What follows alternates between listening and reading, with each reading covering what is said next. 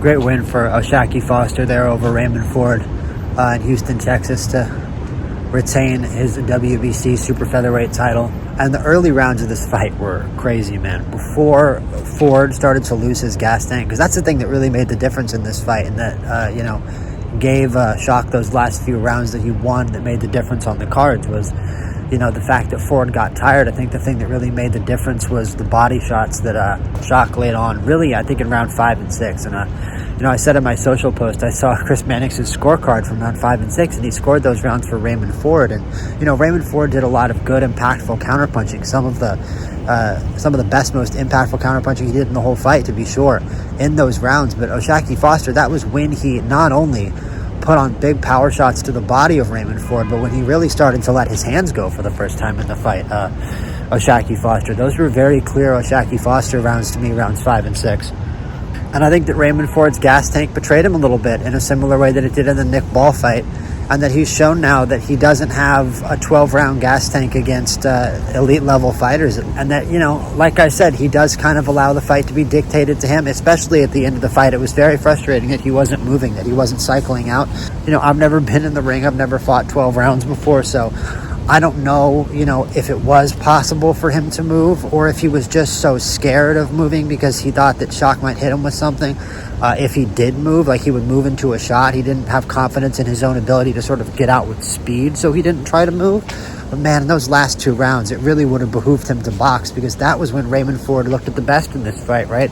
I think, sparring with Shakur Stevenson, I was kind of hesitant as to how relevant that would be for fighting Shakur Foster. They're such different fighters, as the sprinklers sound, and they're going to drown me out a little bit. But it was actually more Raymond Ford being a southpaw, doing his best, Shakur Stevenson impression at times here. He looked really good, moving on the back foot, jabbing on the back foot. I've been a little critical of Raymond Ford's jab sometimes, where he doesn't quite get the flicker on it that you'd like to see, but in this fight, his jab looked really, really good, really, really sharp. It looked like it had a lot of weight on it. And Raymond Ford really just looked sharp in general in the early rounds in this fight, and it was so tit for tat, man.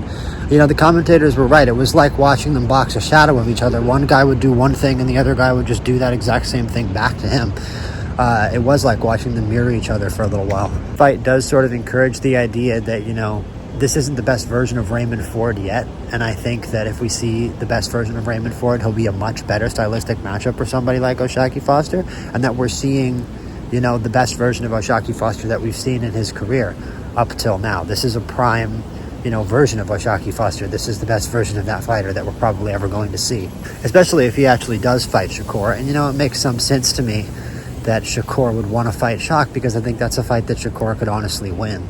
I think Shakur does have that sort of difference-making speed that it seemed like Raymond Ford had in bursts. Like, again, Raymond Ford has that kind of speed when he's at his absolute sort of athletic peak, right? He is a freak athlete, right? He's got insane burst speed, and he looked like a faster fighter in the early rounds, which is so often crucial in championship fights, until he wasn't the faster fighter anymore. And it's quite simply because Foster invested in the body sooner. And that was really, I think, the most important tactical decision in this fight. And like I said, it was always going to be Foster making the better tactical decisions, because Foster is at this point the better tactical fighter. He has the higher ring IQ. He's already gone through these losses and learned. And unfortunately for Raymond Ford, this is one of those times where he's going to have to go through the loss and learn. But, I predicted that he was going to have 12 rounds of tape to study, right, in a way to sort of insinuate he's going to get blown out. He's going to lose this fight by a wide margin, and he's going to, have some really, really rough moments in this fight.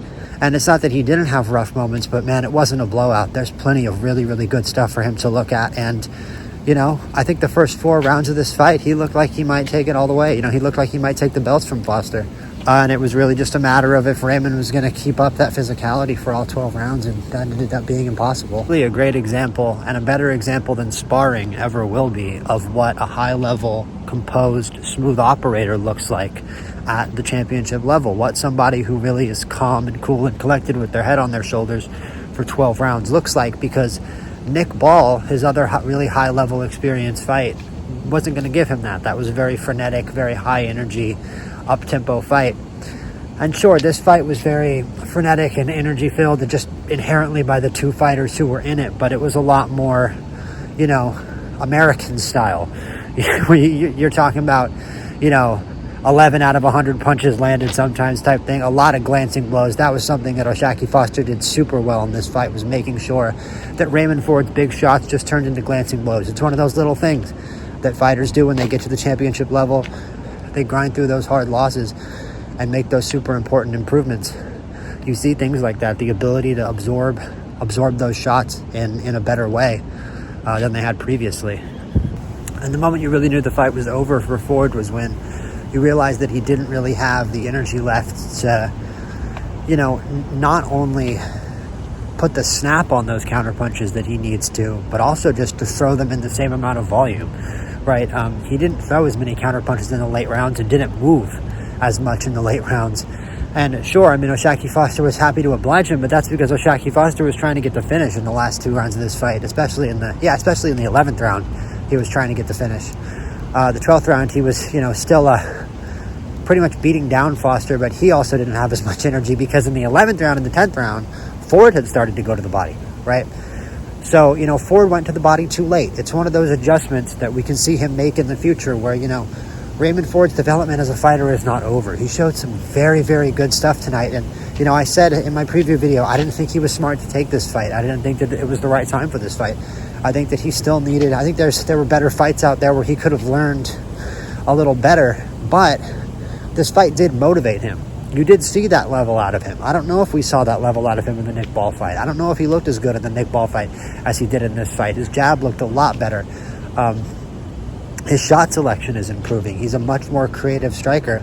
And, I said that he was going to get caught and dragged into an inside war early in this fight, and that Shaq had the potential to do that to him. And that did happen like 2 separate times, basically. It sort of happened in miniature in the early rounds of the fight, where I think the second round of the fight was Raymond Ford's really first great round. His best round of the fight, maybe altogether, was the second round. Because Foster kind of did let him inside, and then Foster sort of thought better of it. And started to move back in round 3 and started to disengage. And, it's funny. Raymond Ford looked his best in this fight, like I said, when he was moving backwards and when he was letting O'Shaquie Foster come to him. But that was only early in the fight. Late in the fight, he was getting dominated in that situation. O'Shaquie Foster, he didn't really try to move back too much. But when he did move back, he was the one dictating, right? Raymond Ford would chase him. Because that's just the fighter Raymond Ford is.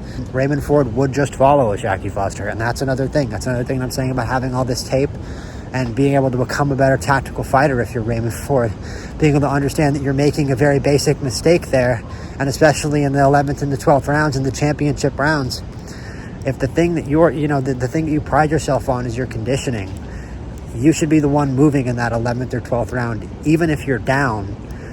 It's just a little bit too much machismo to think that you're going to stand in there with O'Shaquie Foster, who's, a fighter who prides himself on his offensive skill set, whose game is built on his offensive skill set, to think that you're going to be able to stand in there with him and land some big KO shot.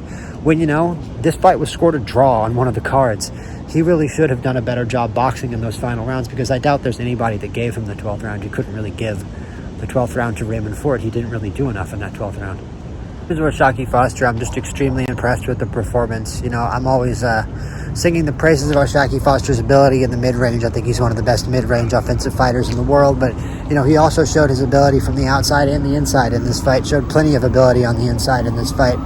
And these guys are both so tough. It was hard to tell, who was really getting hurt the worst by the shots. But O'Shaquie Foster, I'm pretty sure, broke Raymond Ford's nose in the 11th round. And he was really bullying him up against the ropes, especially late in the fight.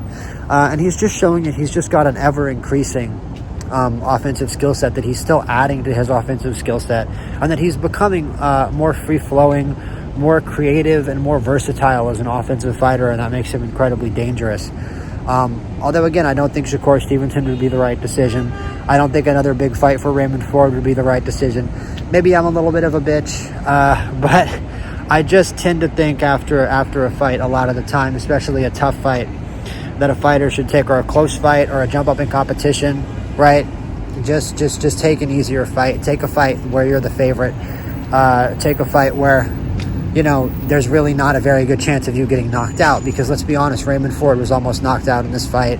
He was almost knocked out a couple times by Nick Ball. He needs to stop getting his chin rocked, or his development is going to stall permanently, and that's the end of the road. So And I think there's a lot more chapters to write in Raymond Ford's story, because there's clearly a great fighter in there. He has such physical gifts and such dangerous speed and such a full offensive skill set that, you know, if he can really learn defense, if he can really learn the discipline to be a committed defensive fighter in the vein of somebody like Shakur Stevenson or Devin Haney, you know, get over the boring allegations, because you could be one of the next great American fighters, Raymond Ford. I think he proved that in the early rounds tonight. I might be making too much of it in a losing effort, especially when you've got a wide scorecard like 118, 110. It kind of, you know, takes away from the effort of Raymond Ford. It makes it appear lesser than it is. I don't really understand a 118, 110 scorecard, because the truth is the counterpunching from Raymond Ford looked a lot more you know, crisp and sharp and hurtful than I've seen it before. And the shots to the body in the late rounds looked hurtful too, and I think were part of why Shakur Foster wasn't able to finish the job and knock out Raymond Ford. But a 114-114 scorecard is equally wrong. I don't really think it was a draw. I think Shaq clearly won the fight. I think I was being a little generous giving Ford round 10, to be honest with you. I think you could give Shaq all 3 of the last rounds pretty easily. Although Raymond Ford did do some good body work in round 10. But that was a great fight. That was a very back and forth fight. That was a fight that really showcased the skills of both fighters, showcased where they are in their careers. And, you know, I think for a while I thought we were going to get a shocking result there. It's just not to be. So yeah, throw a like, throw a sub, and I'll see you on the next one, guys. Peace out.